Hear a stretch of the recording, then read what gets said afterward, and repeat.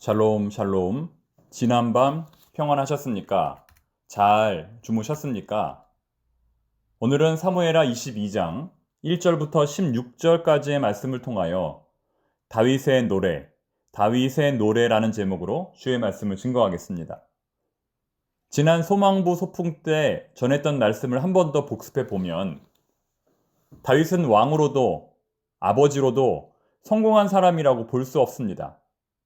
그는 왕의 지위를 이용해 살인을 저지르고 인구조사를 하여 하나님께 범죄했습니다. 아버지로서는 어떻습니까? 형제간에 서로 살인하고 강간하고 뿐만 아니라 부모를 죽이려는 폐륜적인 자식을 둔 아버지라 할 수 있습니다. 자녀의 신앙교육에 실패한 아버지라 할 수 있습니다.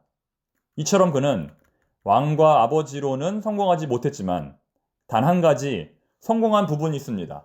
그는 하나님의 성도로서는 성공했습니다. 그는 하나님 앞에 기도할 줄 아는 사람이었습니다. 그는 하나님 앞에 자신의 연약함을 고백할 줄 아는 사람이었습니다. 여호와는 나의 목자시니 내게 부족함이 없으리로다. 나의 힘이 되신 여호와여, 내가 주를 사랑하나이다. 이 고백 하나로 그는 하나님께 인정받은 사람이 되었습니다. 이처럼 그는 늘 하나님께 부르짖고 늘 기도하는 사람이었습니다. 우리는 어떻습니까? 다른 것은 실패해도 괜찮습니다. 그러나 절대로 실패해서는 안 되는 것이 하나 있습니다. 바로 기도입니다. 바로 예배입니다. 다른 것에 다 성공해도 기도에 실패하면 실패한 것이고, 다른 것에 다 실패해도 기도에 성공하면 성공한 것입니다. 무슨 일을 만나든지 항상 하나님 앞에서 기도로 성공하는 모든 청파동의 교우들이 되시기를 바랍니다. 지금까지의 내용이 다윗에 관한 내용이었다면 오늘 본문은 다윗이 직접 고백하는 찬양의 노래입니다. 아니, 갑자기 다윗이 등장해서 하나님을 찬양하는 노래를 부르고 있다는 것입니다. 그는 9가지의 구체적인 사물을 예로 들어 자신이 만난 하나님, 자신이 경험한 하나님을 표현합니다. 반석, 요새, 나를 위하여 나를 건지시는 자, 나의 반석의 하나님, 방패, 구원의 뿔, 높은 망대, 나의 피난처, 구원자, 이렇게 모두 9가지입니다. 여기에 나오는 이 9가지는 모두 전쟁과 직접적인 관련이 있습니다. 다윗이 만난 지금의 상황이 어떤 상황인지를 보여주는 것입니다. 그런데 이어지는 본문 5절부터 6절의 말씀은 지금의 상황이 녹록치 못하다는 것을 보여줍니다. 지금의 상황이 절대적 위기임을 보여줍니다. 이 말씀을 세번역으로 보면 죽음의 물결이 나를 에워싸고 파멸의 파도가 나를 덮쳤으며 수월의 줄이 나를 동여 묶고 죽음의 덫이 나를 낚았다. 즉, 지금은 전쟁의 상황인데 승리의 상황이 아닌 패전의 위기에 놓인 절체절명의 순간이라는 것입니다. 이때 다윗은 어떻게 했을까요? 이 마지막 위기의 순간에 다윗은 어떻게 했을까요? 그는 하나님께 기도했습니다. 7절의 말씀은 하나님께 기도하는 다윗의 모습과 그 기도를 들으시는 하나님의 모습이 기록되어 있습니다. 주목할 것은 그 기도를 들으시는 하나님이 어디에 계시는가 하는 점입니다. 말씀을 읽어보겠습니다. 내가 고통 가운데서 주님께 부르짖고 나의 하나님을 바라보면서 부르짖었더니 주님께서 그의 성전에서 나의 간구를 들으셨다. 주님께 부르짖은 나의 부르짖음이 주님의 귀에 다다랐다. 여러분, 지금 하나님이 어디에 계십니까? 주님께서 그의 성전에서 나의 간구를 들으셨다. 다시 말해, 하늘에 있는 성전에서 하나님이 다윗의 기도를 듣고 있었다는 것입니다. 이 하늘의 성전은 하늘의 보좌, 곧 전 우주를 통치하고 다스리는 하늘의 보좌를 가리킵니다. 이 말씀은 시편 11편 4절에도 나오는데요. 여호와께서는 그의 성전에 계시고 여호와의 보좌는 하늘에 있으며 그의 눈이 인생을 통촉하시고 그의 안목이 그들을 감찰하시도다. 무슨 말입니까?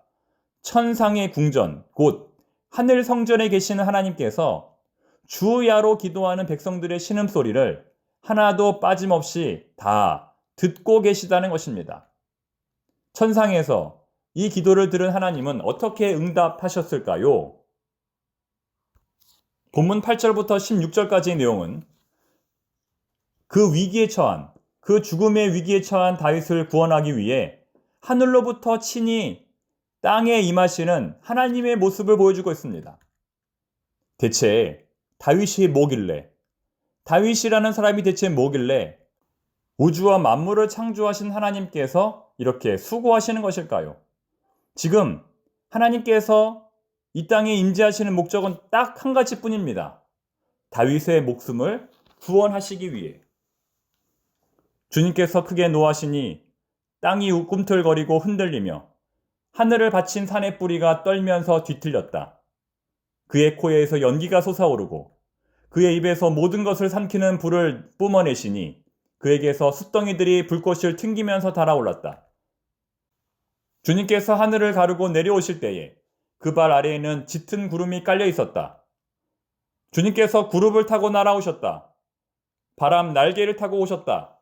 어둠으로 그 주위를 둘러서 장막을 만드시고 빗방울 머금은 먹구름과 짙은 구름으로 둘러서 장막을 만드셨다. 주님 앞에서는 광채가 빛나고 그 빛난 광채 속에서 이글거리는 숯덩이들이 쏟아졌다. 주님께서 하늘로부터 천둥 소리를 내시며 가장 높으신 분께서 그 목소리를 높이셨다. 주님께서 화살을 쏘아서 원수들을 흩으시고 번개를 번쩍이셔서 그들을 혼란에 빠뜨리셨다. 주님께서 꾸짖으실 때에 바다의 밑바닥이 모조리 드러나고 주님께서 진노하셔서 콧김을 내뿜으실 때에 땅의 기초도 모두 드러났다. 여러분, 이것이 바로 다윗이 하나님께 기도한 기도의 응답입니다. 성경학자들은 본문에 기록된 이러한 표현들을 화산과 지진의 현상으로 이해합니다. 자, 무슨 말입니까? 하나님께서 다윗을 구원하시기 위해 지진을 일으키고 화산을 폭발시키셨다는 것입니다. 대체 하나님은 우리의 기도를 어디까지 들으시는 것일까요? 어디까지 들으시는 것일까요? 한 사람을 구원하시기 위해 이렇게 지진을 일으키고 화산을 폭발시키셔도 되는 것일까요? 재미있는 사실은 오늘 본문의 마지막 구절 16절 말씀은 우리로 하여금 화산에서 흘러내린 용암의 열기로 말미암아 시냇물이 모두 말라버린 모습을 떠올리게 한다는 것입니다. 16절 말씀을 읽어봅니다. 이럴 때에 여호와의 꾸지람과 콧김으로 말미암아 물밑이 드러나고 세상의 기초가 나타났도다. 따라서 오늘의 본문은 두 가지로 해석할 수 있습니다. 첫째는 하나님은 우리의 모든 기도를 들으셔서 화산과 지진 같은 재난도 얼마든지 일으키신다는 것입니다. 한 사람을 구원하시기 위해 그렇게 역사하신다는 것입니다. 여러분, 나를 구원하시기 위해 하늘을 가르고 이 땅에 임재하시는 하나님의 모습을 기대하시기 바랍니다. 두 번째는 아무리 작은 일, 아무리 사소한 일일지라도 그것을 통하여 말씀하시는 하나님의 음성을 들어야 한다는 것입니다. 여러분, 말라버린 시냇물을 보며 하나님의 권능을 느껴보신 적이 있습니까? 길가에 핀 작은 꽃을 보면서도 하나님의 음성을 들어보신 적이 있습니까? 어제 수요 제자 훈련에서 어느 집사님이 이렇게 말씀하셨습니다. 어린이집에 다녀온 딸을 통해 하나님께서 나에게 말씀하시는 것을 들었다. 그렇습니다. 작은 일상의 삶 속에서도 하나님의 음성을 들을 수 있는 우리 모두가 되기를 바랍니다. 기도하겠습니다.